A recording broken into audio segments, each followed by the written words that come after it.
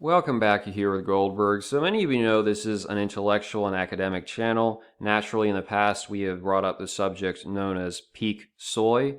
But the world we're living in today goes well beyond that. It's like a poorly designed simulation. They could have given us Avatar with the blue people and the magical creatures, or hell, I would have settled for Fern Gully. But instead, we get the environment where literal clowns with multicolored hair are running around deciding how society should operate and saying 1 plus 1 is 3. If you don't concur, you'll be sent to a concentration camp. Rest assured, of course, I'm not going to spend the video soapboxing because no one wants to hear that. I chose this particular story on account of the fact that I figured I could have a lot of fun making the video.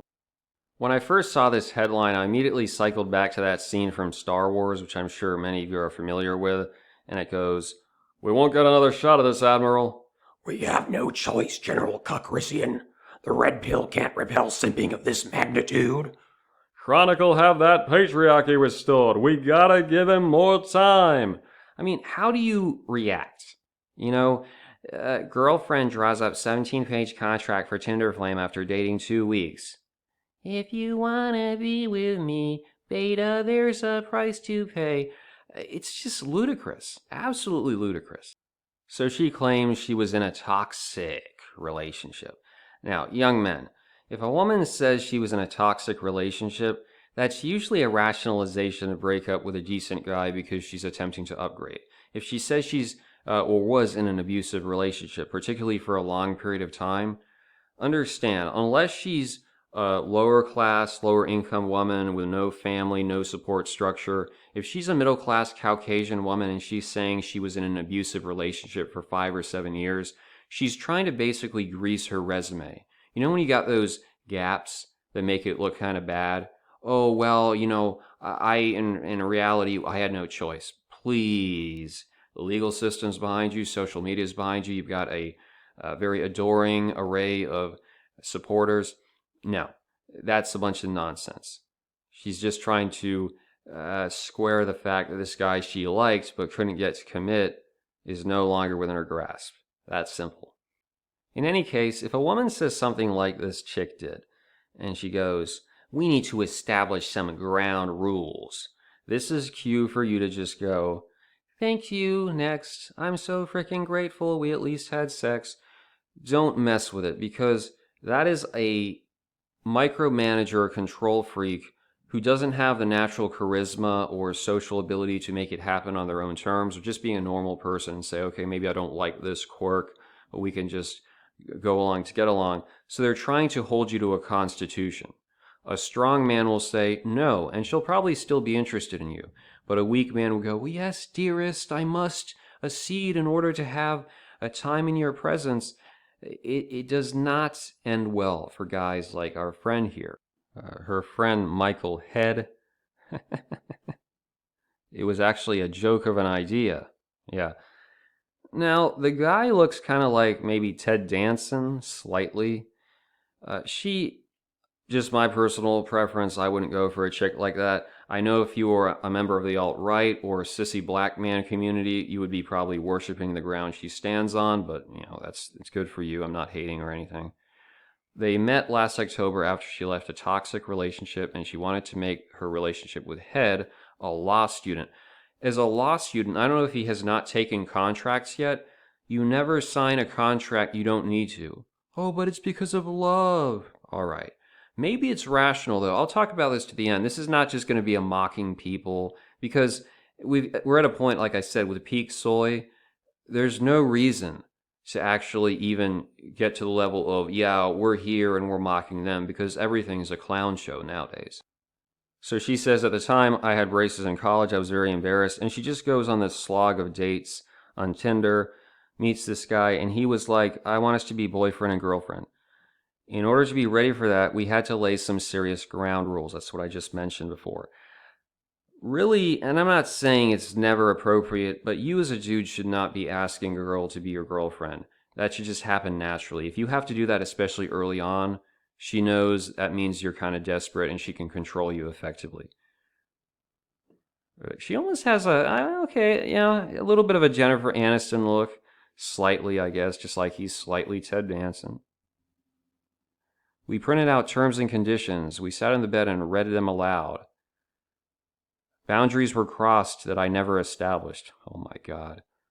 I'll write them out, and no one can cross my boundaries. Michael is also pre-law, so he was pretty keen on the idea of making a contract. So he actually has an idea of contracts and he went along with it. That's just silly. You never give something you don't have to, although maybe he has to. That's what we'll discuss later on in this segment. We treat our relationship almost like a business interaction. We deal with a conflict like partners in a business would. That's one of the most honest statements I've ever had, that basically a relationship like a marriage is almost as though we're a business. The difference is, at least when it comes to marriage, you can dissolve a business partnership with relatively little bruising, but not the same way when it comes to a marriage.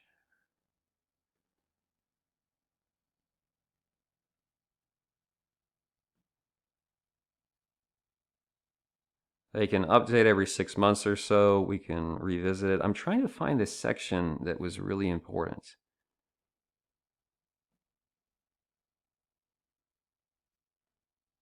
All right, here we go.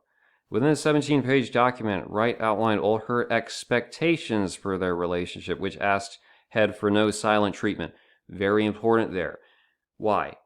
When you're in a relationship with a woman and she's acting badly, one of the best ways to get her back on even keel is to ignore her for a while. It seems harsh. It shouldn't really be that way, but for whatever reason, women are interested in the person who is not paying attention to them. I've seen this so many times in life. I'm not just saying it to be mean.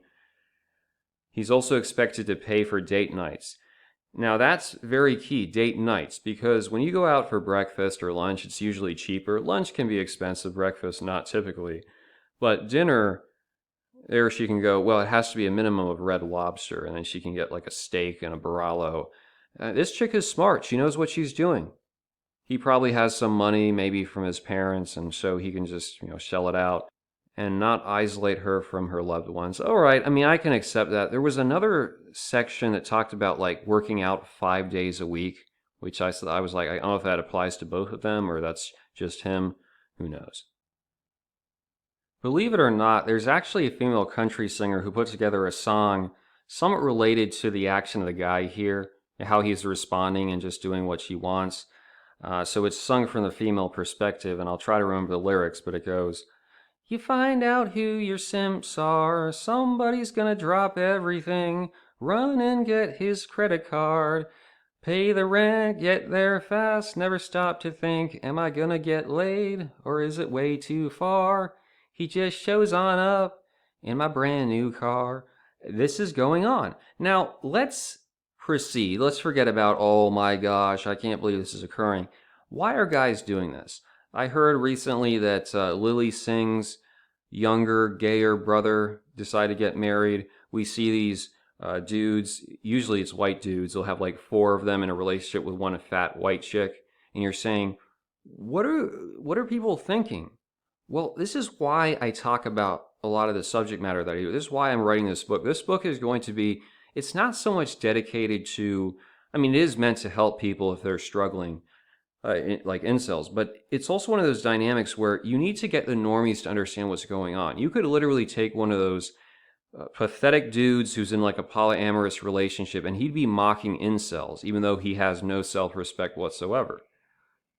But as all this stuff is changing, you got these clowns running around, again, clown world.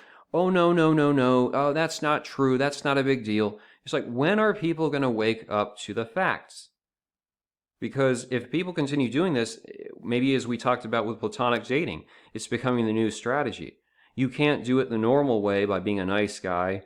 Who knows? Maybe Chad has no options. There was another YouTuber, he said, when it came to the Arab Chads, he said most Chadams are gay. So maybe those guys have to go LGBT, another subject we've talked about. So maybe, like, for a guy to actually have a chance, he has to do whatever the woman wants, sign a contract, become a transgender, whatever it entails, just to have a chance and not be an incel. These are the lengths to which guys will go to avoid being deprived of sex. Now, the problem is, when we get to the stage of a legal union, And I wouldn't be surprised if many of these red pill PUAs, even in the modern time, like the younger ones who know how bad the situation is, the marriage statistics, they will still end up signing the contract just to not have to deal with the reality of struggling to have a sexual partner. I mean, it sounds bad, but that's the way it is. And another scene it reminds you of, because this is the fate that awaits them. So I'm not mocking anyone, I'm just telling you the truth, but it's like, the British Simp of War gave no such quarter when it fired on a settlement carrying my 401k and condo. I watched from 5 feet off as I was alimonied, alive. This is tragic. It's heartbreaking. You see tears of gold coming out of my eyes, even though you can't see. You can probably hear them gradually, like, it's really getting bad. So please give me your thoughts. Is this just an aberration? Is Goldberg, he's exaggerating, everything's going to be fine? Or do we need to start being more serious and paying attention to those who are pointing out significant problems? Because you do not have a concrete or sustainable social model when a bunch of dudes are disenfranchised and men have to go to these lengths, not even to get married, but to just have a girlfriend.